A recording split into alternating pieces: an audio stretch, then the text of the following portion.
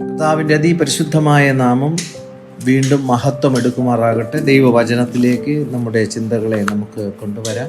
യോഹന്നാന്റെ സുവിശേഷം 10-ാമത്തെ അധ്യായം 10-ാമത്തെ വാക്യത്തിൽ ഇങ്ങനെ വായിക്കുന്നു: മോഷ്ടിപ്പാനും അറുപ്പാനും മുടിപ്പാനും അല്ലാതെ കള്ളൻ വരുന്നില്ല.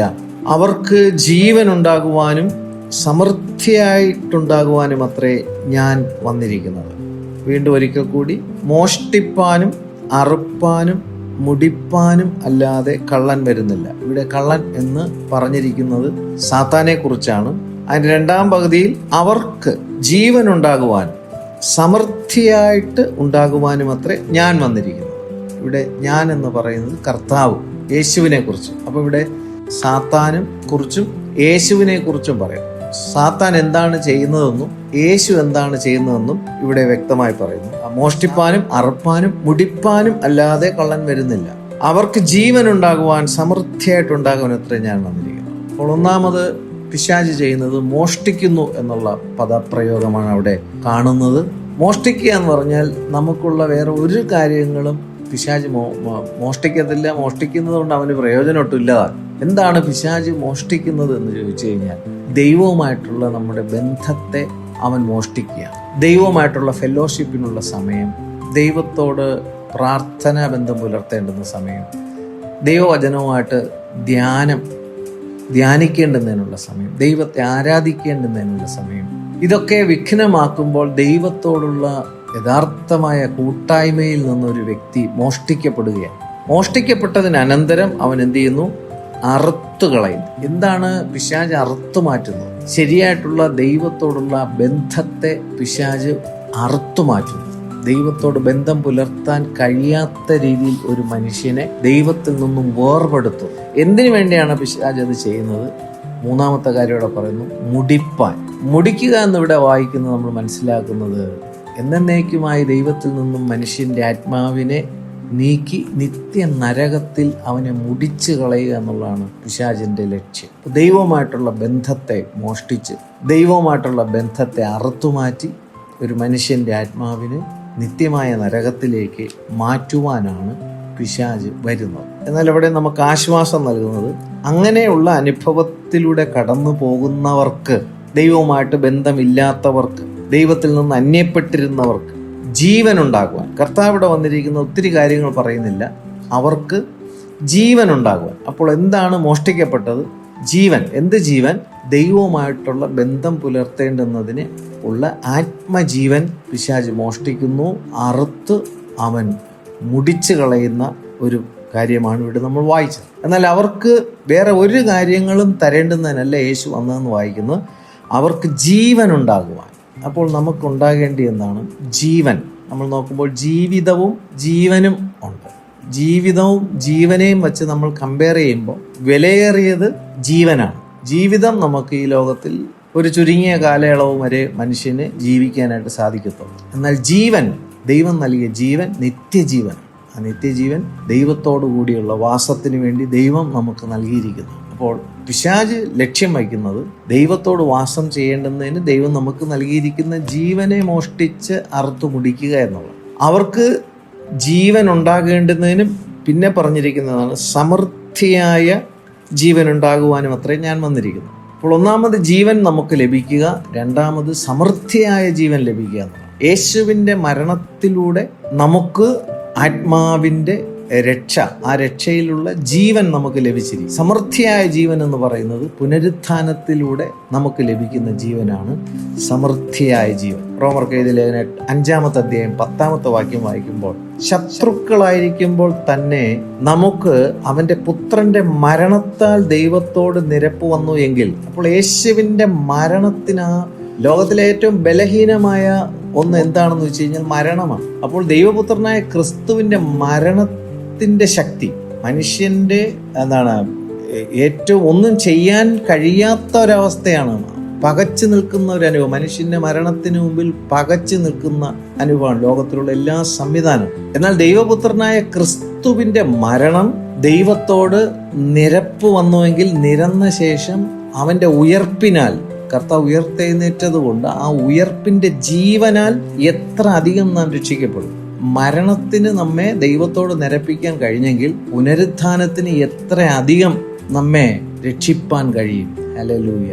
ലോകത്തിൽ നിന്ന്, പാപത്തിൽ നിന്ന്, ജഡത്തിൽ നിന്ന്, പിശാചിൽ നിന്ന് നമ്മെ എത്ര അധികം ആ ജീവനാൽ രക്ഷിക്കാൻ കഴിയും. അപ്പോൾ യേശുവിൻ്റെ മരണത്തിലും യേശുവിൻ്റെ ഉയർത്തെഴുന്നേൽപ്പിലുമുള്ള ശക്തി. അപ്പോൾ ജീവൻ ഉണ്ടാകേണ്ടുന്നതിന് ക്രിസ്തു മരിച്ചു, സമൃദ്ധിയായ ജീവൻ നമുക്ക് ലഭിക്കേണ്ടുന്നതിന് ക്രിസ്തു പുനരുദ്ധാനം പ്രാപിച്ചു. ആ പുനരുദ്ധാനത്തിൻ്റെ ശക്തി അനുഭവിപ്പാനാണ് ദൈവം നമുക്ക് വീണ്ടും ജനനത്തിൻ്റെ അനുഭവം തന്നിരിക്കുന്നത്.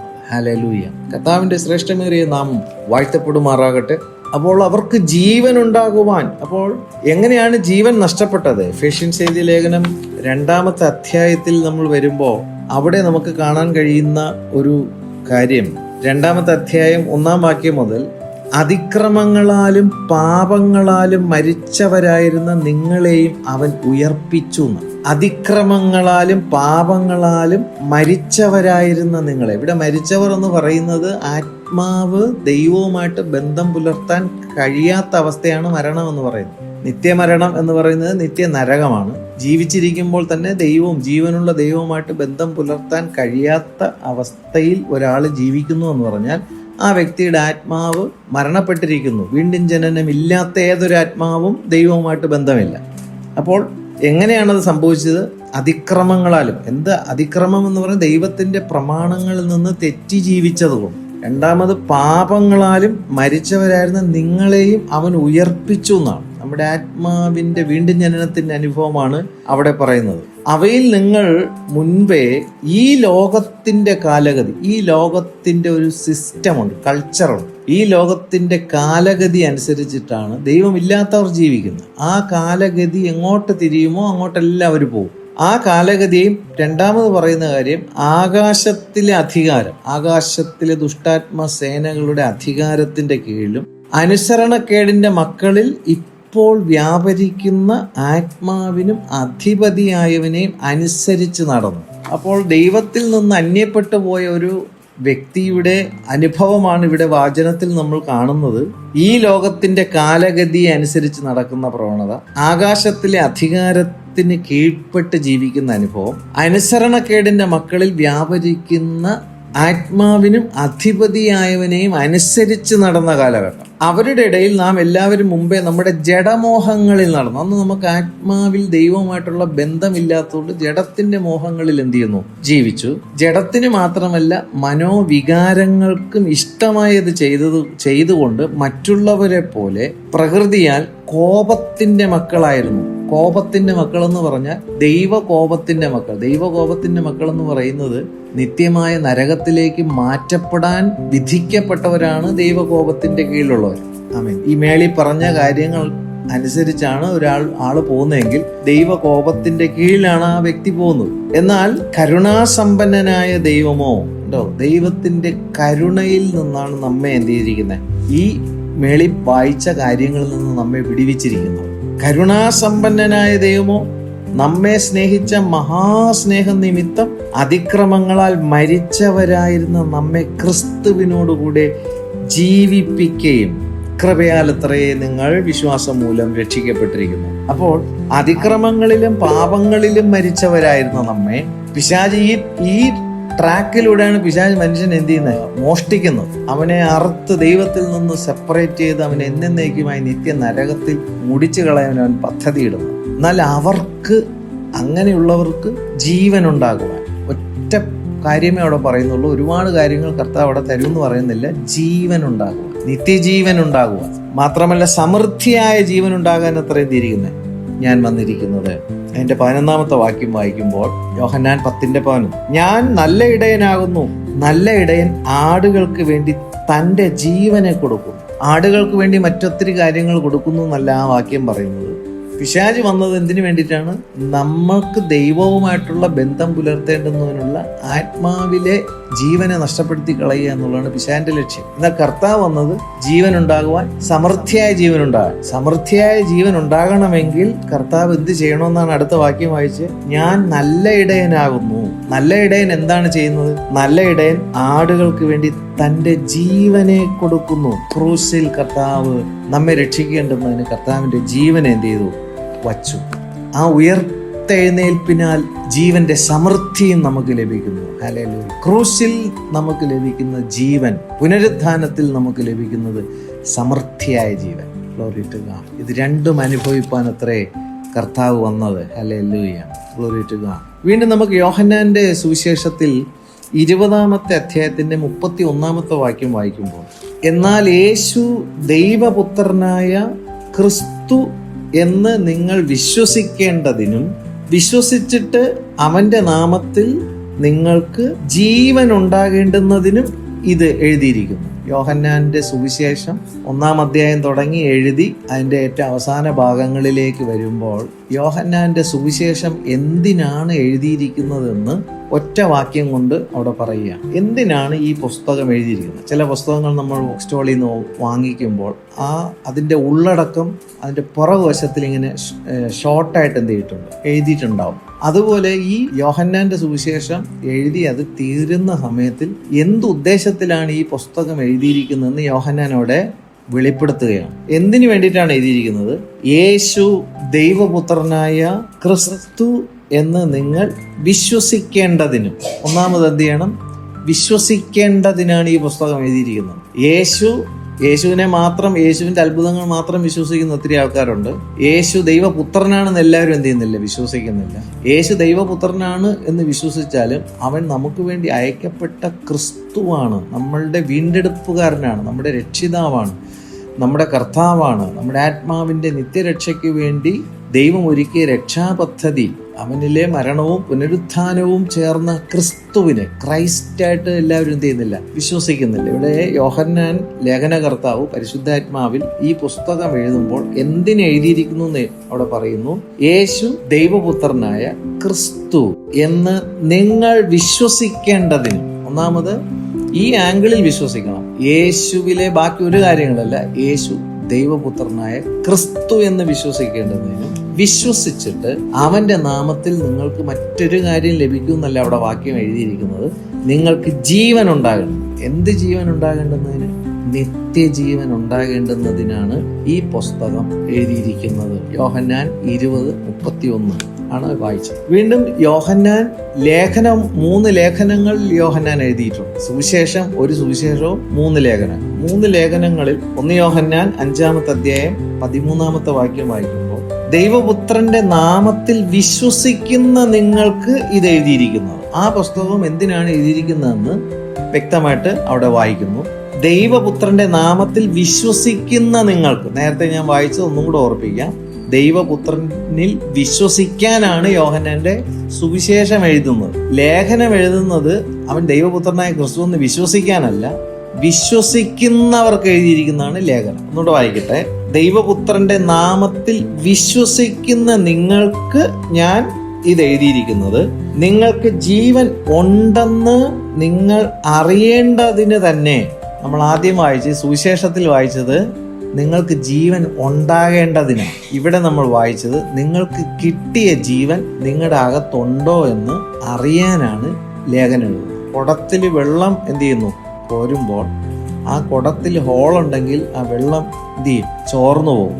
നമുക്ക് ദൈവം തന്നിരിക്കുന്ന ജീവൻ നമ്മിൽ തന്നെ ഉണ്ടോ ഇല്ലയോ എന്ന് അറിയാനാണ് ലേഖനം എഴുതിയിരിക്കുന്നത്. ജീവൻ ഉണ്ടാകുവാൻ സുവിശേഷവും ആ ലഭിച്ച ജീവൻ നമ്മിൽ ഉണ്ടോ എന്ന് നമ്മൾ ചെക്ക് ചെയ്യാനാണ് ലേഖനം എഴുതിയിരിക്കുന്നത്.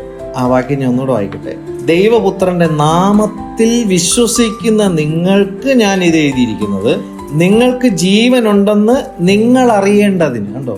നിങ്ങൾക്ക് നിത്യജീവൻ നിങ്ങളുടെ അകത്തുണ്ടോ ഇല്ലയോ എന്ന് നിങ്ങൾക്ക് തന്നെ ചെക്ക് ചെയ്യാൻ പറ്റും. ആ ചെക്ക് ചെയ്യാൻ വേണ്ടിയിട്ടാണ് ഈ ലേഖനം എഴുതിയിരിക്കുന്നത്. അതിലൊന്നാമത് നമ്മൾ ചിന്തിക്കുന്നത് 1 യോഹന്നാൻ 2-ാമത്തെ അധ്യായം 29-ാമത്തെ വാക്യം. അവൻ നീതിമാനെന്ന് നിങ്ങൾ ഗ്രഹിച്ചിരിക്കുന്നു എങ്കിൽ നീതി ചെയ്യുന്നവനൊക്കെയും അവനിൽ നിന്ന് ജനിച്ചിരിക്കുന്നു. അപ്പൊ നമുക്ക് വീണ്ടും ജനനം സംഭവിച്ചിട്ടുണ്ടെന്ന് എങ്ങനെ അറിയാൻ പറ്റും? ഒന്നാമതവിടെ യോഹന്നാൻ നമുക്ക് 1-ാമത്തെ ഡബിൾ ടിക്ക് അല്ലെങ്കിൽ ആദ്യത്തെ ടെസ്റ്റ് പാസ്സാണ് എന്ന് പറയുന്നത് പോലെ 1-ാമത്തെ ടെസ്റ്റ് ഇവിടെ പറയുന്നു, അവൻ നീതിമാനെന്ന് നിങ്ങൾ ഗ്രഹിച്ചിരിക്കുന്നു എങ്കിൽ. ഒന്നാമത് നമ്മൾ യേശുക്രിസ്തു ഈ ഭൂമിയിൽ ചെയ്തിരിക്കുന്ന കാര്യങ്ങളെല്ലാം തന്നെ നീതിയുള്ളതാണെന്ന് നമ്മൾ ഗ്രഹിച്ചിരിക്കുന്നുവെങ്കിൽ നീതി ചെയ്യുന്നവനൊക്കെയും അവനിൽ നിന്ന് ജനിച്ചിരിക്കുന്നു. യേശുവിൽ നീതി ചെയ്തത് പരിശുദ്ധാത്മാവാണ്. എന്ത് നീതിയാണ് കർത്താവിൽ കാണുന്നത്? ന്യായപ്രമാണ പ്രകാരം ലോകത്തിൽ ഒരു മനുഷ്യനും നീതിമാനല്ല. എന്നാൽ ക്രിസ്തു ന്യായപ്രമാണത്തെ പൂർണ്ണമായിട്ട് എന്ത് ചെയ്തു? അനുസരിച്ച നീതിമാനാണ്. അവൻ നീതീകരിക്കപ്പെട്ടിരിക്കുന്നു എന്ന് നിങ്ങൾ ഗ്രഹിച്ചിരിക്കുന്നുവെങ്കിൽ നീതി ചെയ്യുന്നവനൊക്കെയും അവനിൽ നിന്ന് ജനിച്ചിരിക്കുന്നു എന്ന് നിങ്ങൾ അറിയുന്നു. അവനിൽ നിന്ന് ജനിച്ചിരിക്കുന്നു എന്ന് പറഞ്ഞാൽ അവനിൽ നിന്ന് വീണ്ടും ജനനം പ്രാപിച്ചിരിക്കുന്നു, പരിശുദ്ധാത്മാവിനാലുള്ള ജനനം പ്രാപിച്ചിരിക്കുന്നു എന്ന് നമ്മൾ അറിയുന്നു. അപ്പോൾ ഇവിടെ വീണ്ടും ഞാൻ ആ വാക്യം ഒന്നുകൂടെ ആവർത്തിക്കട്ടെ.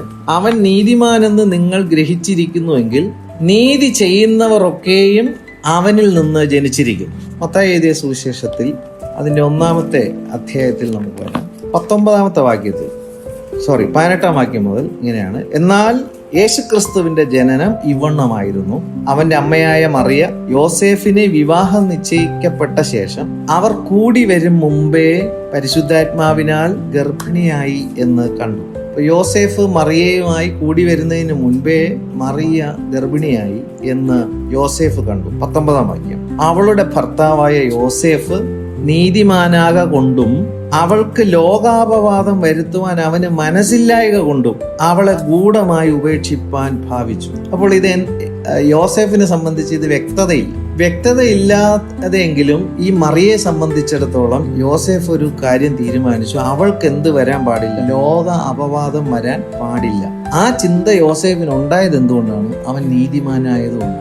നേരത്തെ നമ്മൾ വായിച്ചു, കർത്താവ് നീതിമാൻ എന്ന് നിങ്ങൾ ഗ്രഹിച്ചിരിക്കുന്നുവെങ്കിൽ നീതി ചെയ്യുന്നവരൊക്കെയും അവനിൽ നിന്ന് ജനിച്ചിരിക്കുന്നു. ഇവിടെ നീതി ചെയ്ത ഒരു മനുഷ്യനെ കുറിച്ചും, രണ്ടാമത് നമുക്ക് കർത്താവ് ചെയ്ത നീതി എന്താണെന്ന് നമുക്ക് ഇതിന് തൊട്ടടുത്ത് നമുക്ക് ചിന്തിക്കാം. ഇവിടെ ഒരു മനുഷ്യൻ ചെയ്ത നീതി എന്താണ്? അവൾക്ക് ലോക അപവാദം വരുത്താൻ മനസ്സില്ലാതെ ആ കാര്യത്തെ മറച്ചു വെച്ചു. എന്താണ് നീതി എന്ന് ചോദിച്ചു കഴിഞ്ഞാൽ ഈ ഭാഗത്തിൽ നിന്ന് നമുക്ക് മനസ്സിലാക്കാൻ കഴിയുന്നത്, മറ്റുള്ളവരുടെ തെറ്റുകളോ കുറ്റങ്ങളോ കുറവുകളോ നമ്മൾ എക്സ്പോസ് ചെയ്യാൻ എന്ത് ചെയ്യരുത്?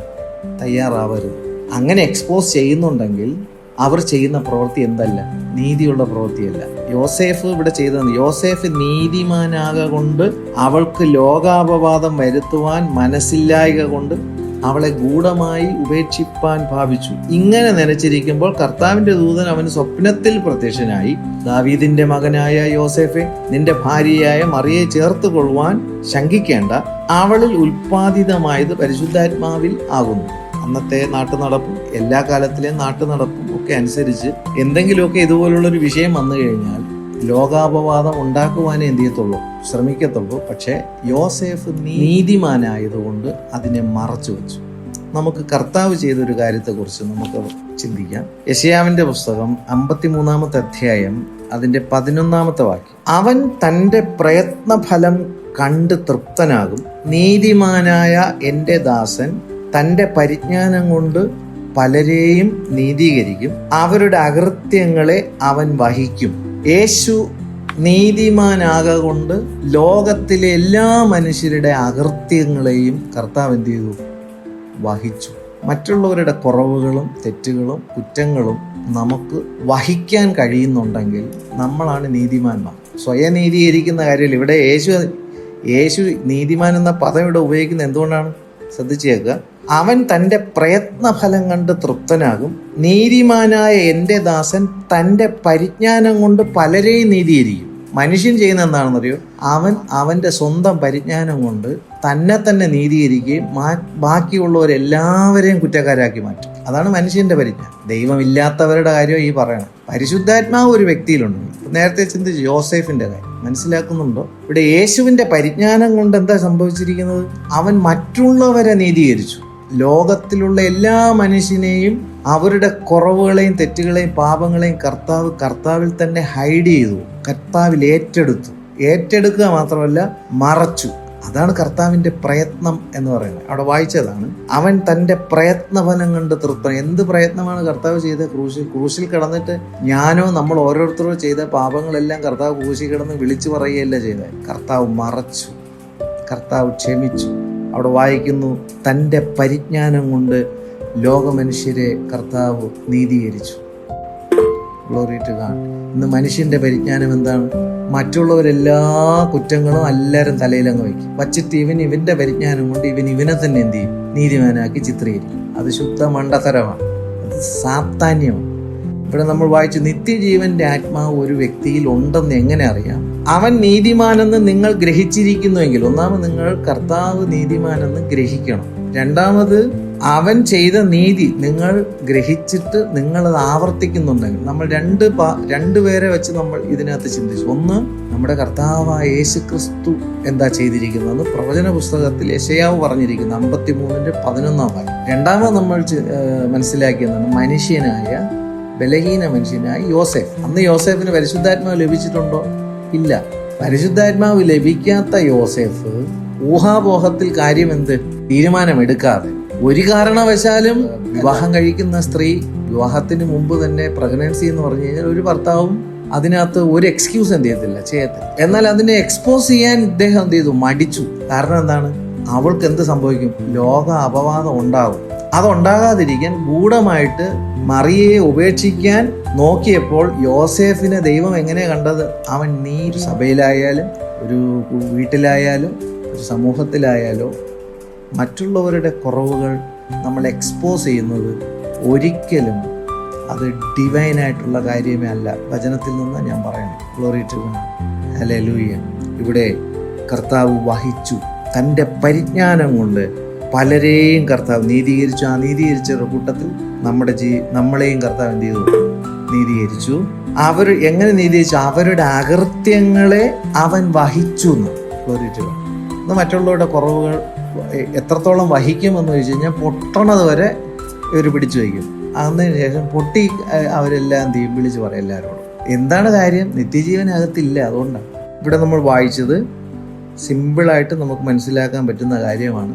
പക്ഷേ ആത്മാവിൽ ശക്തി ഉണ്ടെങ്കിൽ മാത്രമേ നമ്മൾ അന്യോന്യം കുറ്റം പറയാതെ, മറ്റുള്ളവരുടെ കുറവുകൾ എക്സ്പോസ് ചെയ്യാതെ നമ്മൾ ദൈവത്തിൻ്റെ നീതിയിൽ നമുക്ക് ജീവിക്കാൻ പറ്റും. വീണ്ടും നമുക്ക് അടുത്ത വാക്യത്തിലേക്ക് നമുക്ക് വരാം. അപ്പോൾ ഒന്നാമത്തെ കാര്യത്തിനകത്ത് നമുക്കൊരു ഒരു പച്ചട്ടിക്ക് നമുക്കുണ്ടെങ്കിൽ നിത്യജീവൻ്റെ ആത്മാവ് നമുക്ക് കിട്ടിയത് നമുക്ക് അകത്തുണ്ട്.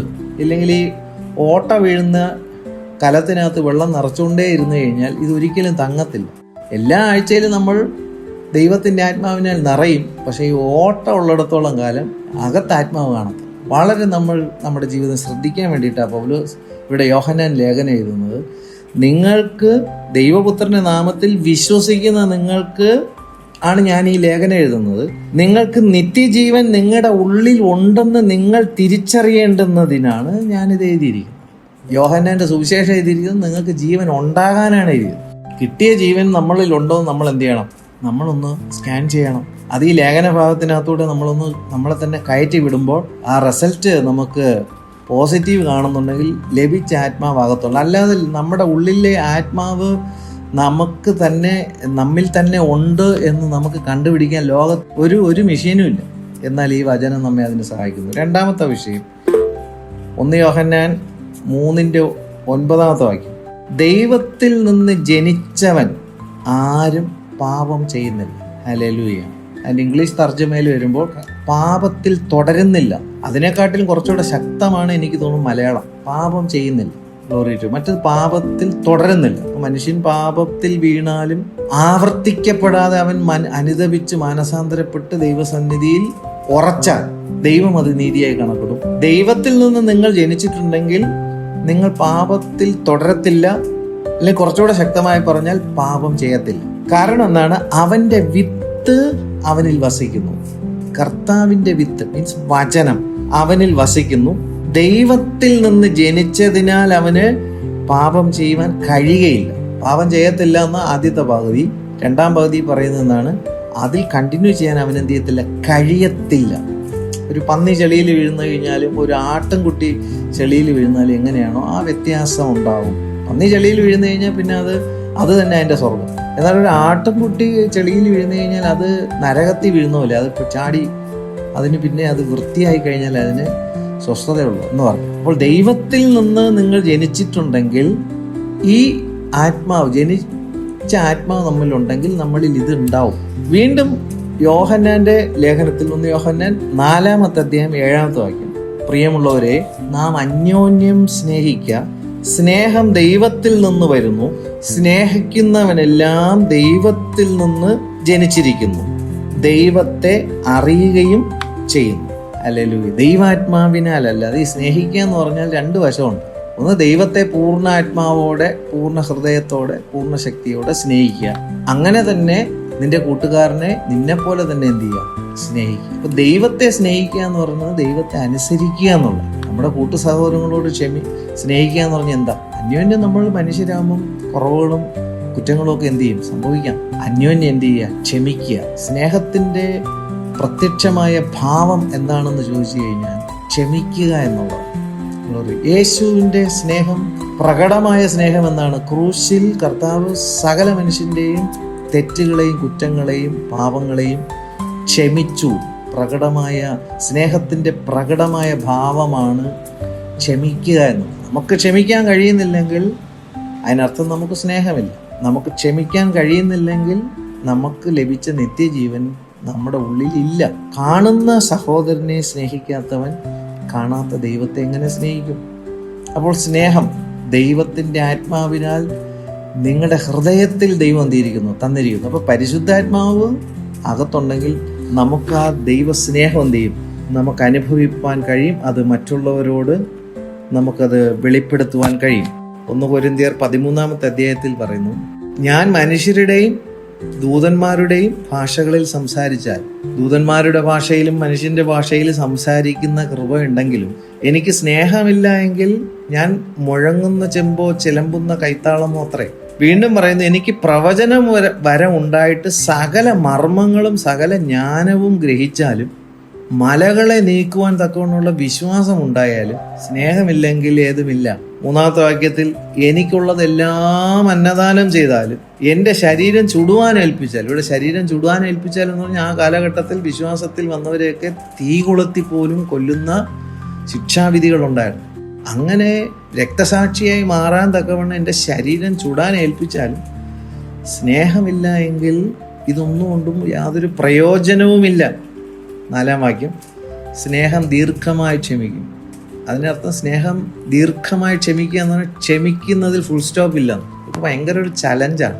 ദീർഘമായി ക്ഷമിക്കുന്നതിന് ദീർഘമായി പൊയ്ക്കൊണ്ടേയിരിക്കും, അതിന് ഫുൾ സ്റ്റോപ്പ് ഇട്ട് നിർത്താൻ പറ്റത്തില്ലെന്ന്. അതാ വാക്യം കണ്ടോ, എന്ത് ഡെപ്താണെന്നുള്ളൂ. സ്നേഹം ദീർഘമായി ക്ഷമിക്കും എന്നാണ് അവിടെ പറയുന്നത്. ക്ഷമിക്കുന്നത്, അതാ ഇവിടെയും പറയാം. ദയ കാണിക്കും. സ്നേഹം സ്പർദ്ധിക്കുന്നില്ല, സ്നേഹം നിഗളിക്കുന്നില്ല, സ്നേഹം ചീർക്കുന്നില്ല, സ്നേഹം അയോഗ്യമായി നടക്കുന്നില്ല, സ്നേഹം സ്വാർത്ഥം അന്വേഷിക്കുന്നില്ല, സ്നേഹം ദ്വേഷ്യപ്പെടുന്നില്ല, ദോഷം കണക്കിടുന്നില്ല, അനീതിയിൽ സന്തോഷിക്കാതെ. കേട്ടോ, മനുഷ്യരുന്ന് അനീതിയിലാണ് സന്തോഷിക്കുന്നത്. നീതിയുള്ള കാര്യങ്ങളിൽ എവിടെയാ മനുഷ്യൻ സന്തോഷിക്കുന്നത്? എന്നാൽ ഇവിടെ അനീതിയിൽ സന്തോഷിക്കാതെ സത്യത്തിൽ സന്തോഷിക്കുന്നു. സത്യവചനത്തിൽ, സത്യത്തിൽ, ദൈവത്തിൽ, ദൈവാത്മാവിൽ സന്തോഷിക്കും. സ്നേഹം എല്ലാം പൊറുക്കും, എല്ലാം വിശ്വസിക്കുന്നു, എല്ലാം പ്രത്യാശിക്കുന്നു, സ്നേഹം എല്ലാം സഹിക്കുന്നു. സ്നേഹം ഒരു നാളും ഉതിർന്നു പോകുകയില്ല.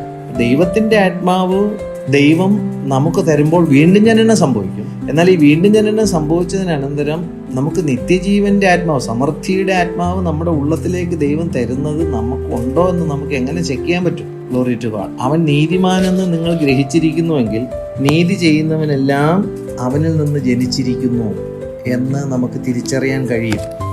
ആ ജീവൻ നമ്മിൽ ഉണ്ടെങ്കിൽ, ദൈവത്തിന്റെ വിത്ത് നമ്മിൽ വസിക്കുന്നത് കൊണ്ട് ലോക മനുഷ്യൻ ജീവിക്കുന്നത് പോലെ നമുക്ക് ജീവിക്കാൻ ആ വിത്ത് സമ്മതിക്കത്തില്ല. അതാണ് പറഞ്ഞത്, അവന്റെ വിത്ത് അവനിൽ വസിക്കുന്നതിനാൽ ദൈവത്തിൽ നിന്ന് അവൻ ജനിച്ചിരിക്കാൻ അവൻ പാപത്തിൽ തുടരാൻ അല്ലെങ്കിൽ പാപം ചെയ്യാൻ കഴിയുകയില്ലെന്ന്. 3-ാമത് നമ്മൾ വായിച്ചത്, നാം അന്യോന്യം സ്നേഹിക്കുക. സ്നേഹം ദൈവത്തിൽ നിന്ന് വരുന്നു. സ്നേഹിക്കുന്നവനെല്ലാം ദൈവത്തിൽ നിന്ന് ജനിച്ചിരിക്കുന്നു.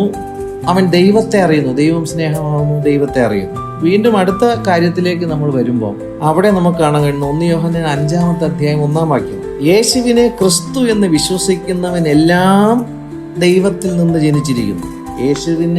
യേശുവിന്റെ നാമത്തിൽ വിശ്വസിക്കുന്നവരുടെ കാര്യമല്ല ഇവിടെ പറയുന്നത്. യേശുവിനെ ക്രിസ്തു എന്ന് വിശ്വസിക്കുന്നവൻ, അവൻ എൻ്റെ കർത്താവാണ്, അവൻ എൻ്റെ രക്ഷിതാവാണ്, അവൻ എൻ്റെ വീണ്ടെടുപ്പുകാരനാണ്, അവൻ എൻ്റെ മഹാപുരോഹിതനാണ്, എനിക്ക് വേണ്ടി അയക്കപ്പെട്ട അപ്പോസ്തലനാണ് എന്നിത്യാദി ക്രിസ്തുവിൻ്റെ വ്യത്യസ്ത വശങ്ങൾ മനസ്സിലാക്കുകയും ക്രിസ്തുവിനെ എൻ്റെ രക്ഷിതാവും കർത്താവും എൻ്റെ വീണ്ടെടുപ്പുകാരനായിട്ട് ഞാൻ വിശ്വസിക്കുന്നുണ്ടെങ്കിൽ അവൻ ആരിൽ നിന്ന് ജനിച്ചിരിക്കുന്നു? ദൈവത്തിൽ നിന്ന് ജനിച്ചിരിക്കുന്നു. തുടർന്ന് അവിടെ വായിക്കുന്നതെന്നാണ്, ജനിപ്പിച്ചവനെ സ്നേഹിക്കുന്നവനെല്ലാം അവനിൽ നിന്ന് ജനിച്ചവനെയും സ്നേഹിക്കുന്നു. ചിലരുണ്ട് ദൈവത്തെ മാത്രം സ്നേഹിക്കത്തുള്ളൂ. ഒന്നുകൂടെ ഞാൻ വായിക്കാം. യേശുവിനെ ക്രിസ്തു എന്ന് വിശ്വസിക്കുന്നവനെല്ലാം ദൈവത്തിൽ നിന്ന് ജനിച്ചിരിക്കുന്നു. തൊട്ടടുത്ത് പറയുന്നതാണ്, ജനിപ്പിച്ചവനെ സ്നേഹിക്കുന്നവനെല്ലാം അവനിൽ നിന്ന് ജനിച്ചവനെയും സ്നേഹിക്കുന്നു. അതാണ് യഥാർത്ഥ ഫെലോഷിപ്പ്, കൂട്ടായ്മ. ദൈവത്തെയും അവനിൽ നിന്ന് ജനിച്ചവനെയും എന്ത് ചെയ്യും? സ്നേഹിക്കും. നമ്മൾ ദൈവസന്നിധിയിൽ വരുമ്പോൾ ദൈവത്തെ അനുസരിക്കുന്ന, അന്യോന്യം ക്ഷമിക്കുന്ന സ്വഭാവം നമുക്കുണ്ടെങ്കിൽ അവനിൽ നിന്ന് ജനിച്ച ദൈവത്തിൻ്റെ മക്കളുമായിട്ടൊരു ഫെലോഷിപ്പ് നമുക്കുണ്ടാവും. അങ്ങനെ ഫെലോഷിപ്പ് ഉണ്ടെങ്കിൽ ഓർത്തോണം, ദൈവം തന്ന ജീവൻ നമ്മുടെ ഉള്ളിൽ ഉണ്ടെന്നുള്ള ഈ പറഞ്ഞ പോലെ 4ാമത്തെ സൈനാണ്. 1ാമത്തെ സൈൻ നമ്മൾ വായിച്ചു, 1 യോഹന്നാൻ 5:13. ദൈവപുത്രന്റെ നാമത്തിൽ വിശ്വസിക്കുന്ന നിങ്ങൾക്ക് ഇത് എഴുതിയിരിക്കുന്നു, നിങ്ങൾക്ക് ജീവനുണ്ടെന്ന് നിങ്ങൾ അറിയേണ്ടുന്നതിന് തന്നെ. 1ാമത്തെ സൈൻ 1 യോഹന്നാൻ 2:29. അവൻ നീതിമാനെന്ന് നിങ്ങൾ ഗ്രഹിച്ചിരിക്കുന്നുവെങ്കിൽ നീതി ചെയ്യുന്നവൻ ഒക്കെയും അവനിൽ നിന്ന് ജനിച്ചിരിക്കുന്നു എന്ന് നിങ്ങൾ അറിയുന്നു, നിങ്ങൾ തിരിച്ചറിയുന്നു. നമ്മളതിനെക്കുറിച്ച് ചിന്തിച്ചു. 2ാമത്തെ കാര്യം, ദൈവത്തിൽ നിന്ന് ജനിച്ചവൻ ആരും പാപം ചെയ്യുന്നില്ല, അവൻ്റെ വിത്ത് അവനിൽ വസിക്കുന്നു. ദൈവത്തിൽ നിന്ന് ജനിച്ചതിനാൽ അവന് പാപം ചെയ്യുവാൻ കഴിയുകയുമില്ല.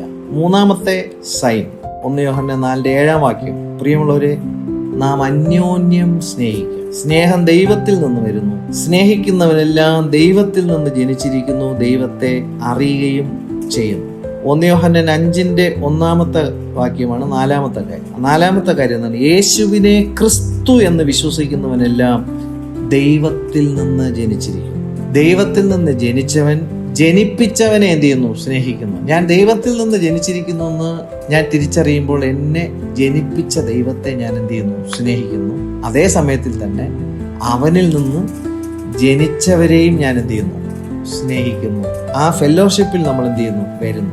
വീണ്ടും 1 യോഹന്നാൻ 5:4 വാക്യം, ദൈവത്തിൽ നിന്ന് ജനിച്ചതൊക്കെയും ലോകത്തെ ജയിക്കുന്നു.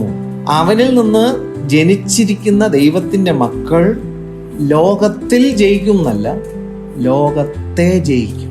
നമ്മുടെ വിശ്വാസം, യേശുവിലെ വിശ്വാസം ലോകത്തെ ജയിക്കാനുള്ള വിശ്വാസമാണ്. 2 കാര്യം, ഒരു ചെറിയ പദവ്യത്യാസമേ ഉള്ളൂ. ഒത്തിരി ആൾക്കാർ ലോകത്തിൽ ജയിക്കാനാണ് എന്ത് ചെയ്യുന്നത്? ആഗ്രഹിക്കുന്നത്. നിശ്ചയമായിട്ടും നമുക്ക് ദൈവം അനുവദിക്കുന്ന നന്മകളുണ്ട്. എന്നാൽ ലോകത്തിൽ ജയിക്കുക എന്നുള്ളതിനേക്കാൾ ലോകത്തെ ആണ് യേശു ജയിച്ചത്. യേശു ലോകത്തെയാണ് ജയിച്ചത്. മനുഷ്യരെന്ന് ആഗ്രഹിക്കുന്നത് ലോകത്തിൽ ജയിക്കാൻ. യേശു വന്നത് ജീവിതം ഉണ്ടാകുവാനല്ല, ജീവൻ ഉണ്ടാകുവാൻ. Glory to God. ജീവിതം, ജീവൻ രണ്ടും എൻറ്റയർലി ഡിഫറൻ്റ് ആണ്. ജീവിതം ഉണ്ടാകാൻ വന്നൊന്നല്ല അവിടെ എഴുതിയിരിക്കുന്നത്, അവർക്ക് ജീവൻ ഉണ്ടാകാൻ. അപ്പൊ നഷ്ടപ്പെട്ടു പോയത് ആത്മാവിന്റെ ജീവനാണ്. ആ ജീവൻ നമുക്ക് മടക്കി തരാനാണ് ക്രിസ്തു. ഇവിടെ നമ്മൾ വായിക്കുന്നത്, ദൈവത്തിൽ നിന്ന് ജനിച്ചതൊക്കെയും ലോകത്തെ ജയിക്കുന്നു. ചിന്തിക്കുക, ലോകം നമ്മെ ജയിക്കുകയാണോ, നമ്മൾ ലോകത്തെ ജയിക്കുകയാണോ? അവനിൽ നിന്ന് നമ്മൾ ജനിച്ചിട്ടുണ്ടെങ്കിൽ, അവിടെ വായിക്കുന്നത്, ദൈവത്തിൽ നിന്ന് നിങ്ങൾ ജനിച്ചിട്ടുണ്ടെങ്കിൽ ലോകത്തെ ജയിക്കും. ലോകത്തിന്റെ സിസ്റ്റമാണ് ഇവിടെ പറയുന്നത്, ലോകത്തിന്റെ സംസ്കാരം, ലോകത്തിന്റെ ഒരു കൾച്ചറുണ്ട്, പാപമംഗുലമായൊരു കൾച്ചറുണ്ട്. അതിൽ നിന്ന് ദൈവത്തിന്റെ മക്കൾ വേർപെട്ടവരായിരിക്കും. നമുക്കുള്ള കൾച്ചർ എന്താണ്? Biblical culture. ദൈവമക്കൾക്ക് ഒരു കൾച്ചറുണ്ട് തീർച്ചയായിട്ടും. ആ കൾച്ചർ എവിടെ നിന്നുള്ളതാണ്? പരിശുദ്ധാത്മാവ് വചനത്തിൽ നിന്ന് നമുക്ക് തരുന്ന ഒരു ഡിവൈൻ കൾച്ചർ, ദിവ്യ സ്വഭാവത്തിന് കൂട്ടാളികളായിരിക്കുക എന്നുള്ളതാണ്. നമ്മൾ ലോകത്തിൽ ജീവിക്കുന്നവരാണ്, പക്ഷെ ലോകത്തിന്റെ സംസ്കാരം വേറെയാണ്, ലോകത്തിന്റെ കൾച്ചർ വേറെയാണ്, ദൈവമക്കളുടെ സംസ്കാരം വേറെ. ഹല്ലേലൂയ. അത് വചനത്തിലൂടെ കർത്താവ് നമ്മെ സഹായിക്കട്ടെ. അവസാനമായി നമ്മൾ ചിന്തിക്കുന്നത് 1 യോഹന്നാൻ 5:18 വാക്യം, ദൈവത്തിൽ നിന്ന് ജനിച്ചിരിക്കുന്നവൻ ആരും പാപം ചെയ്യുന്നില്ല. നേരത്തെ നമ്മൾ സെയിം കാര്യം വായിച്ചാണെന്നാൽ ചെറിയൊരു വ്യത്യാസം അവിടെ വരുന്നു. എന്താണെന്ന് നോക്കാം. ദൈവത്തിൽ നിന്ന് ജനിച്ചിരിക്കുന്നവൻ ആരും പാപം ചെയ്യുന്നില്ല എന്നും നാം അറിയുന്നു. നാം അറിയുന്നു എന്ന് പറഞ്ഞു കഴിഞ്ഞാൽ നാം അനുഭവിച്ചറിയുന്നു. നമ്മുടെ ഉള്ളത്തിൽ ജീവനുണ്ടെങ്കിൽ, പരിശുദ്ധാത്മാവുണ്ടെങ്കിൽ, പാപത്തെക്കുറിച്ചും നീതിയെക്കുറിച്ചും ന്യായവിധിയെക്കുറിച്ചും നമുക്ക് ബോധ്യം തരും. 1 പാപബോധം, 2 പാപത്തിൽ തന്നെ ഇരുന്നു കഴിഞ്ഞാൽ ന്യായവിധി വരും എന്ന് ദൈവാത്മാവ് വാദിക്കും. അപ്പോൾ നമുക്കൊരു നീതീകരണം ആവശ്യമാണെന്ന് ബോധ്യം വരും. അപ്പോൾ പാപത്തെക്കുറിച്ചും രണ്ടാമത് നീതിയെക്കുറിച്ചും, നീതീകരിക്കപ്പെട്ടില്ലെങ്കിലോ നീതീകരിക്കപ്പെടാത്ത ആത്മാവ് ന്യായവിധിയിലോട്ട് പോകും. ഇതാര് പറഞ്ഞു തരും? പരിശുദ്ധാത്മാവ് പറഞ്ഞു തരും. അപ്പോൾ പരിശുദ്ധാത്മാവ് വരുമ്പോൾ ഒന്ന് പാപത്തെക്കുറിച്ച് ബോധ്യം തരും. ആ പാപിക്ക് യേശുക്രിസ്തുവിലൂടെ മാത്രമേ നീതീകരണം പ്രാപിക്കാൻ പറ്റത്തുള്ളൂ, അത് നമുക്ക് ബോധ്യപ്പെടുത്തി തരും. യേശുക്രിസ്തുവിലൂടെ നീതീകരണം പ്രാപിക്കാത്ത പക്ഷം നമ്മുടെ ആത്മാവ് നിത്യമായി ന്യായവിധിയിലോട്ട് അകപ്പെടുമെന്നും പരിശുദ്ധാത്മാവ് വെളിപ്പെടുത്തും. അങ്ങനെ നമുക്ക് വെളിപ്പെട്ട് കിട്ടിയതിന് ശേഷമാണ് ദൈവരാജ്യത്തിനുള്ളിലേക്ക് നമ്മൾ എന്ത് ചെയ്യുന്നത്? വിശ്വാസത്താൽ കാൽച്ചുവടുകളെ വയ്ക്കുന്നത്. എങ്ങനെ? ദൈവരാജ്യം, നീതിയും സമാധാനവും പരിശുദ്ധാത്മാവിൽ സന്തോഷം. പാപബോധത്തിൽ നിന്ന് യേശുക്രിസ്തുവിലൂടെ നീതീകരണം പ്രാപിച്ച്, ന്യായവിധിയിൽ നിന്ന് രക്ഷ പ്രാപിച്ച്, യേശുക്രിസ്തുവിലൂടെയുള്ള നീതിയുടെ വചനത്തിലേക്ക് നമ്മുടെ ജീവിതത്തെ എന്ത് ചെയ്യുന്നു? ദൈനംദിനം ദൈവരാജ്യത്തിന്റെ അനുഗ്രഹം എന്ന് പറയുന്നതാണ്. ദൈവരാജ്യം ഭക്ഷണവും പാനീയവും അല്ല, നീതിയും സമാധാനവും പരിശുദ്ധാത്മാവിൽ സന്തോഷം. അപ്പോൾ ആ ദൈവരാജ്യത്തിന്റെ നീതി യേശുക്രിസ്തുവിലൂടെ നമ്മൾ എന്ത് ചെയ്യണം? പ്രാക്ടീസ് ചെയ്യാണ്. Glory to God. രണ്ടാമത്, പിതാവാൻ ദൈവത്തോട് നമുക്ക് യേശുക്രിസ്തുവിലൂടെ നമുക്ക് സമാധാന ബന്ധം പുലർത്താൻ കഴിയും. കർത്താവിലൂടെ അത് സാധ്യമാണ്. അത് ദൈവരാജ്യത്തിനകത്തുള്ള ബ്ലെസ്സിങ് ആണ്. നീതിയും സമാധാനവും പരിശുദ്ധാത്മാവിലെ സന്തോഷവും അനുഭവിക്കും. അല്ലെങ്കിൽ അതിക്രമങ്ങളിലും പാപങ്ങളിലും മരിച്ചവരായിരുന്നവർ, പിശാച് മോഷ്ടിച്ച് അറുത്ത് മുടിച്ചു വച്ചിരുന്നവർ, ജീവനുണ്ടാകുവാൻ യേശുവിന്റെ മരണത്തിലൂടെ നമുക്ക് ലഭിക്കുന്നത് മരണത്തിനപ്പുറത്തേക്കുള്ള ജീവനാണ് നമുക്ക് ലഭിക്കുന്നത്. യേശുവിന്റെ പുനരുദ്ധാനം സംഭവിക്കുമ്പോൾ നമ്മെ എത്ര അധികം നമ്മെ ശുദ്ധീകരിക്കുന്നു. ഹല്ലേലൂയ. റോമർ 5:10 ശത്രുക്കളായിരിക്കുമ്പോൾ തന്നെ നമുക്ക് അവന്റെ പുത്രന്റെ മരണത്താൽ ദൈവത്തോട് നിരപ്പ് വന്നുവെങ്കിൽ നിരന്ന ശേഷം ആ ഉയർപ്പിന്റെ ജീവനാൽ എത്ര അധികം നാം രക്ഷിക്കപ്പെടുന്നതാണ്. മരണത്തിന്റെ ശക്തിക്ക് നമ്മെ രക്ഷിക്കാൻ കഴിഞ്ഞെങ്കിൽ ഉയർപ്പിന്റെ ശക്തി എത്ര മടങ്ങാണ്. കർത്താവിന്റെ ശ്രേഷ്ഠമേറിയ നാം വാഴ്ത്തപ്പെടുമാറാകട്ടെ. ഇവിടെ നമ്മൾ വായിച്ചതും ദൈവത്തിൽ നിന്ന് ജനിച്ചിരിക്കുന്നവൻ ആരും പാപം ചെയ്യുന്നില്ല എന്നും നാം അറിയുന്നു എന്ന് പറഞ്ഞാൽ നാം അനുഭവിച്ചറിയുന്നു. ദൈവത്തിൽ നിന്ന് ജനിച്ചവൻ തന്നെത്താൻ സൂക്ഷിക്കുന്നു എന്നാണ്. ഒരു പുതിയ പ്രകൃതം ആ വ്യക്തിക്കുണ്ടാവും, ഒരു പുതു മനുഷ്യന്റെ സ്വഭാവം ഉണ്ടാവും, അല്ലെങ്കിൽ ഒരു പുതിയ നേച്ചറിലേക്ക് ആ വ്യക്തി മാറ്റപ്പെടുക. ഇനി ജീവിക്കുന്നത് ഞാനല്ല, ക്രിസ്തു അത്രേ എന്നിൽ ജീവിക്കുന്ന ആ പുതു മനുഷ്യന്റെ അനുഭവം. പഴയതെല്ലാം കഴിഞ്ഞുപോയി, ഇതാ സകലതും പുതിയതായിരിക്കുന്നു. അപ്പോൾ ദൈവത്തിൽ നിന്ന് ജനിച്ചിരിക്കുന്നവൻ തന്നെത്താൻ സൂക്ഷിക്കുന്നു. അപ്പോൾ ഈ ഭാഗങ്ങൾ നമ്മൾ വായിക്കുമ്പോൾ യോഹന്നാൻ നമ്മെ പരിശുദ്ധാത്മാവിലൂടെ നമ്മെ സഹായിക്കുകയാണ്. ദൈവം നമുക്ക് നൽകിയ ജീവൻ നമ്മിൽ ഉണ്ടോ എന്ന് അറിയാൻ, ഒന്ന് സ്കാൻ ചെയ്തറിയാൻ. ചില വാഹനങ്ങൾ വാങ്ങിച്ചു കഴിഞ്ഞാൽ അവരങ്ങനെ പെട്രോൾ മാത്രം ഒഴിച്ചങ്ങ് ഓടിച്ചുകൊണ്ടേ ഒരിക്കലും ഓയിൽ ചേഞ്ച് ചെയ്യോ, അല്ലെങ്കിൽ അതിൻ്റെ ബ്രേക്കിൻ്റെ ഓയിൽ ഒന്നും നോക്കത്തില്ല, അതിൻ്റെ റേഡിയേറ്ററിലെ വെള്ളം നോക്കുകയോ ഒന്നും നോക്കത്തില്ല. ഇത് എപ്പോഴെങ്കിലും നോക്കണമെങ്കിൽ ഈ വണ്ടി നിൽക്കണം. വണ്ടി നിന്ന് കഴിഞ്ഞാൽ കെട്ടി വലിച്ചുകൊണ്ട് നേരെ വർക്ക്ഷോപ്പിൽ കൊണ്ടുപോകും. പോകുമ്പോഴത്തേക്കാണ് അത് പെട്രോൾ മാത്രമേ ഒഴിക്കത്തുള്ളൂ, ഒരു സർവീസും ചെയ്യത്തില്ല, ചില പീരിയോഡിക് സർവീസ് ഒന്നും ചെയ്യത്തില്ല. ഇതേപോലെയാണ് വിശ്വാസ ജീവിതത്തിൽ പലരും അങ്ങനെ ഓടിക്കൊണ്ടേയിരിക്കും. എന്തെങ്കിലുമൊക്കെ ഒരു വിഷയം വരുമ്പോൾ ആണ് ഈ പ്രശ്നം വരുന്നത്. നമ്മളെല്ലാ കൂട്ടായ്മകളിലും ആരാധനകളിലും ഒക്കെ വരുമ്പോൾ ഓർത്തോണം, നമ്മളുടെ ആത്മാവിനെ നമ്മൾ ദൈവവചനത്തിലൂടെ പരിശുദ്ധാത്മാവിലൂടെ നമ്മൾ നമ്മെ തന്നെ ഒന്ന് ഈ സർവീസ് ചെയ്യുന്നത് പോലെയൊക്കെ ഉള്ളൊരു അനുഭവമാണ്. സ്റ്റക്കായിരിക്കുന്ന കാര്യങ്ങളിൽ നിന്നെല്ലാം ഒരു ക്ലിയറായി വരുന്നതാണ്. ഒരു ലോകത്തിലുള്ള എന്തെങ്കിലും കാര്യങ്ങളൊക്കെ തന്നെ നമ്മളത് നേരെ ചൊവ്വന് കൈകാര്യം ചെയ്യണമെങ്കിൽ, അല്ലെങ്കിൽ ഒരു വാച്ച് അത് സർവീസ് ചെയ്താലേ അത് ശരിയാകത്തുള്ളൂ. കാലങ്ങൾ കഴിയും തോറും എല്ലാ സാധനങ്ങളും സർവീസ് ചെയ്തൊക്കെയാണ് ഉപയോഗിക്കുന്നതെങ്കിൽ നമ്മൾ എത്രത്തോളം ദൈവത്തിൻ്റെ സന്നിധിയിൽ വചനത്തിൻ്റെ മുമ്പിൽ പരിശുദ്ധാത്മാവിൽ നമ്മൾ വചനത്തിലൂടെ നമ്മൾ പോകുമ്പോഴേ നമ്മൾ ശരിയായിട്ടുള്ള ആ ട്രാക്കിലൂടെ നമുക്ക് പോകാൻ പറ്റത്തുള്ളൂ. ഇവിടെ യോഹന്നാൻ നമുക്ക് സുവിശേഷം എഴുതി കാണിക്കുന്നതും ലേഖനം എഴുതി കാണിക്കുന്നതും എന്തിനാണെന്ന് വ്യക്തമായിട്ട് നമുക്ക് എഴുതി തരികയാണ്. ചിലർ സുവിശേഷം വായിച്ചു കഴിഞ്ഞാൽ അതെന്തിനാണ് എഴുതിയിരിക്കുന്നതെന്ന് അവർക്ക് തന്നെ അറിയത്തില്ല. എന്തിനാണെന്ന് ചോദിച്ചു കഴിഞ്ഞാൽ അവർക്ക് ആവശ്യമായ കാര്യങ്ങൾ മാത്രം അവർ അതിൽ അണ്ടർലൈൻ ചെയ്യും. യോഹന്നാൻ ലേഖനം സുവിശേഷം എഴുതുമ്പോൾ അവസാനം അദ്ദേഹം വളരെ വ്യക്തമായിട്ട് എഴുതിയിരിക്കുന്നു. യോഹന്നാൻ 20:31 എന്നാൽ യേശു ദൈവപുത്രനായ ക്രിസ്തു എന്ന് നിങ്ങൾ വിശ്വസിക്കേണ്ടതിനും, ദൈവപുത്രനായ ക്രിസ്തു എന്ന് വിശ്വസിക്കേണ്ടതിനാണ് ആ എഴുത്ത് മുഴുവനും കിടക്കുന്നത്. വിശ്വസിച്ചാൽ എന്ത് ലഭിക്കും? അവന്റെ നാമത്തിൽ നിങ്ങൾക്ക് ജീവൻ ഉണ്ടാകേണ്ടുന്നതിന് ഇത് എഴുതിയിരിക്കും. നമ്മൾ ആദ്യം വായിച്ചത് പിശാച് വരുന്നത് മോഷ്ടിപ്പാൻ, അറുപ്പാനും മുടിപ്പാനും അത്രേ പിശാച് വരാം. അവർക്ക് ജീവൻ ഉണ്ടാകുവാൻ, കർത്താവ് ജീവൻ ഉണ്ടാകുവാൻ വന്നിരിക്കുന്നു. മാത്രമല്ല സമൃദ്ധിയായ ജീവൻ. യേശുവിൻ്റെ മരണത്തിൽ വിശ്വസിച്ച് രക്ഷിക്കപ്പെട്ട് പാപങ്ങൾ ഏറ്റുപറഞ്ഞ് ഉപേക്ഷിച്ച് കഴുകൽ പ്രാപിച്ച് പുനരുത്ഥാനത്തിൻ്റെ ശക്തി, ജീവൻ്റെ ശക്തി, ഉയർത്തെഴുന്നേൽപ്പിൻ്റെ ശക്തി നമുക്ക് അനുഭവിച്ചറിയാൻ ദൈവം നമുക്ക് അനുമതി നൽകിയിരിക്കുന്നു. ഹല്ലേലൂയ. വരുവാനുള്ള ലോകത്തിൻ്റെ ശക്തി, നിത്യജീവൻ്റെ ശക്തി, ഉയരത്തിലെ ശക്തി, അത്യന്ത ശക്തി, പരിശുദ്ധാത്മാവിൻ്റെ ശക്തി, പുനരുത്ഥാനത്തിൻ്റെ ശക്തി, യേശുവിനെ മരിച്ചവരുടെ ഇടയിൽ നിന്ന് ഉയർത്തെഴുന്നേൽപ്പിച്ചവൻ്റെ ആത്മാവ് നിങ്ങളിൽ അധിവസിക്കുന്നുവെങ്കിൽ, ക്രിസ്തു യേശുവിനെ മരണത്തിൽ നിന്ന് മടക്കി വരുത്തിയവൻ നിങ്ങളുടെ മർത്യ ശരീരങ്ങളെ ജീവിപ്പിക്കും. ആ ശക്തി അനുഭവിച്ചറിയുക. ഹല്ലേലൂയ. പൗലോസും പറഞ്ഞു, ക്രിസ്തുവിൻ്റെ മരണത്തെയും അവൻ്റെ കഷ്ടാനുഭവങ്ങളെയും അവൻ്റെ പുനരുത്ഥാനത്തിൻ്റെ ശക്തിയെയും അറിയണമെന്നുള്ള വാഞ്ച. ഈ സുവിശേഷം എഴുതിയിരിക്കുന്നതാണ് ജീവൻ ഉണ്ടാകേണ്ടുന്നതിനാണ് എഴുതിയിരിക്കുന്നത്. ലേഖനം എഴുതിയിരിക്കുന്നതോ, നിങ്ങൾ ദൈവപുത്രൻ്റെ നാമത്തിൽ വിശ്വസിക്കുന്ന നിങ്ങൾക്ക് ഞാൻ ഇത് എഴുതിയിരിക്കുന്നത്, നിങ്ങൾക്ക് ലഭിച്ച ജീവൻ നിങ്ങളുടെ അകത്ത് തന്നെ ഉണ്ടോ ഇല്ലയോ എന്ന് നിങ്ങൾ തന്നെ ഒന്ന് സ്കാൻ ചെയ്ത് നോക്കാനാണ് ലേഖന ഭാഗങ്ങൾ എഴുതിയിരിക്കുന്നത്. 6 വാക്യങ്ങളാണ് നമ്മളോട് വായിച്ചത്. ഹല്ലേലൂയ. നമ്മളിൽ ജീവനുണ്ടോ, എന്നാൽ അത് നമ്മൾ ഓരോന്നോട്ട് നമ്മൾ ശ്രദ്ധിക്കുമ്പോൾ നമ്മുടെ ഉള്ളത്തിൽ ദൈവം തന്നിരിക്കുന്ന ജീവൻ ചോർന്നു പോകാതെ നമ്മിൽ തന്നെ ഉണ്ടോ എന്ന് നമുക്ക് ഒരുപാട് അടയാളങ്ങളിലൂടെ നമ്മളോട് സംസാരിക്കുമ്പോൾ നമുക്ക് അത്യന്തം സന്തോഷമുണ്ടാകും. കാരണം ദൈവം തന്ന ജീവനിൽ ഞാൻ ഹല്ലേലൂയ സന്തോഷിക്കുന്നു. ഹല്ലേലൂയ. ഒരുപാട് പേർക്ക് ഹല്ലേലൂയ ഈ പറഞ്ഞ പോലെ ബുദ്ധിയുള്ള കന്യകമാരും ബുദ്ധിയില്ലാത്ത കന്യകമാരെ കുറിച്ചൊക്കെ നമ്മൾ വായിക്കുന്നു.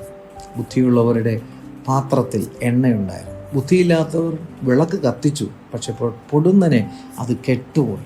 പ്രിയമുള്ളവരെ, കർത്താവിൻ്റെ വരവ് ആസന്നമായിരിക്കുമ്പോൾ നമുക്ക് നമ്മെ തന്നെ ഒന്ന് ശോധന ചെയ്യാം. ദൈവം നമുക്ക് തന്ന ജീവൻ നമ്മിൽ നിലനിൽക്കുന്നുവോ? ഹല്ലേലൂയ. നമ്മളുടെ ജീവിതത്തിൽ പ്രതിഫലിക്കുന്ന കാര്യങ്ങളിലൂടെ നമ്മുടെ ഉള്ളത്തിലെ ആത്മാവിനെ നമുക്ക് അനുഭവിച്ചറിയാൻ കഴിയും എന്ന ദൈവവചനം നമ്മെ പഠിപ്പിക്കുമ്പോൾ ഹല്ലേലൂയ, നമ്മൾ കർത്താവ് നീതിയുള്ളവനായി നമ്മൾ കർത്താവിനെ നമ്മൾ ഗ്രഹിക്കുന്നുവെങ്കിൽ, നമ്മൾ നീതി ചെയ്യുന്നവരായി ഹല്ലേലൂയ നമ്മുടെ ജീവിതങ്ങളെ സമർപ്പിച്ചു കൊടുത്താൽ കർത്താവിൻ്റെ മഹത്വം നമ്മുടെ ജീവിതത്തിൽ വെളിപ്പെടും. ഒന്നാമത് നാം ചിന്തിച്ച കാര്യം ഒന്നുകൂടെ ആവർത്തിച്ച് പറയട്ടെ. യോസേഫ് നീതിമാനാകൊണ്ടും അവൾക്ക് ലോകാപവാദം വരുത്താതിരിക്കേണ്ടുന്നതിനും ആരോടും ഈ വിഷയങ്ങൾ പറയാതെ ഗൂഢമായിട്ട് ഉപേക്ഷിക്കാൻ തീരുമാനിച്ചു. മനുഷ്യൻ്റെ ഒരു കാര്യത്തെക്കുറിച്ചാണ് അവിടെ പറയുന്നത്. ദൈവം അവനെ നീതിമാനെന്ന് കണ്ടു. അതുകൊണ്ട് ദൈവം ദൂതനയച്ച് സത്യാവസ്ഥ എന്ത് ചെയ്തു? ദൈവം വെളിപ്പെടുത്തി കൊടുത്തു. ഹല്ലേലൂയ. കർത്താവിനെ കുറിച്ചോ, കർത്താവ് തൻ്റെ പരിജ്ഞാനം കൊണ്ട് ലോകത്തിലുള്ള എല്ലാ മനുഷ്യരുടെ അകൃത്യങ്ങളെ കർത്താവ് വഹിച്ചു. Glory to God. Hallelujah. Glory to. തൻ്റെ പരിജ്ഞാനം കൊണ്ട് താൻ പാപികളുടെ കൂട്ടത്തിൽ എണ്ണപ്പെട്ടു, മറ്റുള്ളവർ നീതീകരിക്കപ്പെട്ടു. Glory to God. നമുക്ക് കർത്താവ് നൽകിയിരിക്കുന്ന ആത്മപരിജ്ഞാനത്തിൽ ഈ ദിവസങ്ങളിൽ ഹല്ലേലൂയ നമ്മൾ മറ്റനേകരെ കർത്താവിലേക്ക് അടുപ്പിക്കുന്നവരായി തീരാം. നമ്മൾ മറ്റുള്ളവരുടെ കുറവുകളോ കുറ്റങ്ങളോ തെറ്റുകളോ നമ്മൾ വിളിച്ചു പറയുന്നത് കൊണ്ട് അവരൊന്നും നേടിയെടുക്കാൻ നമുക്ക് സാധ്യമല്ല. Glory to God. കർത്താവിൻ്റെ സന്നിധിയിലേക്ക് കൂടി വരുമ്പോൾ ഇതാ സഹോദരന്മാർ ഒത്തൊരുമിച്ച് വസിക്കുന്നത് എത്ര ശുഭവും എത്ര മനോഹരവുമാകുന്നു. അവിടെയല്ലോ ദൈവം ശാശ്വതമായ ജീവനെ വച്ചിരിക്കുന്നത്, അവിടെയല്ലോ ദൈവം അനുഗ്രഹം വച്ചിരിക്കുന്നത്. അല്ലെങ്കിൽ അതുകൊണ്ട് കൂട്ടായ്മകളിൽ നമുക്ക് ദൈവത്തിൻ്റെ മഹത്വം വെളിപ്പെടുത്താം, ജീവൻ്റെ മഹത്വം നമുക്ക് വെളിപ്പെടുത്താം. ഹല്ലേലൂയ. ജഡത്തിൻ്റേതായിട്ടുള്ള എല്ലാവിധമായ ദോഷങ്ങളും തിന്മകളും നീക്കിക്കളഞ്ഞ് ആത്മാവിൻ്റെ ഫലമുള്ളവരായി, ആത്മാവിൻ്റെ ഐക്യതയുള്ളവരായി, ദൈവത്തിൻ്റെ നാമത്തെ ഉയർത്തുന്നവരായി നമ്മുടെ ജീവിതങ്ങളെ നമുക്ക് ഏൽപ്പിച്ചു കൊടുക്കാം. നമ്മുടെ ജീവിതത്തിൽ ഒന്നുകൂടി ഈ വചനങ്ങളിൽ നമുക്കൊന്ന് ശോധന ചെയ്തുകൊണ്ട് തിരുത്തലുകളും ആവശ്യമാണെങ്കിൽ കർത്താവിൻ്റെ സന്നിധിയിൽ കർത്താവെ എന്നെ സഹായിക്കണമേ, അവിടുത്തെ വചനത്താൽ എന്നെ ഒന്ന് കഴുകണമേ, അവിടുത്തെ രക്തത്താൽ എന്നെ ഒന്ന് കഴുകണമേ, പരിശുദ്ധാത്മാവിനാൽ എന്നെ ഒന്ന് കഴുകണമേ, ക്രൂശിൻ്റെ മറവിൽ എന്നെ മറച്ചു കൊള്ളണമേ. ഹല്ലേലൂയ. ശത്രു നമ്മെ ടാർഗറ്റ് ചെയ്യാതെ മോഷ്ടിപ്പാൻ, അറുപ്പാനും മുടിപ്പാനും വീണ്ടും അനുവദിക്കാൻ ആ ജീവൻ്റെ സമൃദ്ധിയിൽ ഞങ്ങളായിരിക്കുവാൻ ഞങ്ങളെ സഹായിക്കണമേ. ഈ വചനങ്ങളാൽ ദൈവം നമ്മെ സമൃദ്ധിയായി അനുഗ്രഹിക്കട്ടെ. ആമേൻ.